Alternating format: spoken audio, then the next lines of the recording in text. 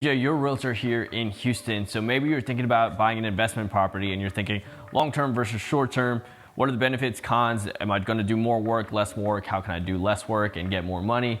So with long terms, you're kind of having a different game plan versus short terms. Long term, you're probably thinking about maybe good schools, good areas, closer to a certain work location. So there's a long-term tenant in there versus short terms where you're thinking about vacation properties and where people want to go when they want to take a break away from anything, maybe by a lake, a beach, maybe by a ton of entertainment areas. So with long term, usually it's less work since you don't talk to your tenant as often. You just send a maintenance man here and there and you get a check at the end of every month.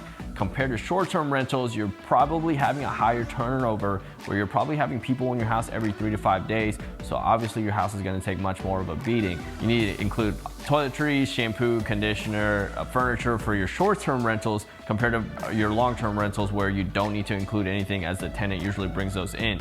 Now with short-term rentals, your cash-on-cash return is usually higher, but it's a lot more work if you don't use a property manager that might take 25 to 30% of your revenue compared to long-term where it's much easier to manage. So it really depends on what are your goals. Is it just long-term appreciation and you just want someone to take care of the house? Or do you want a higher cash-on-cash return, make more money at the end of every year, but also have to manage more people as you'll tend to have maybe 5 to 6 families in your house every single month. So everybody has different goals, and so those are some of the items you need to think about versus long-term versus short-term rentals.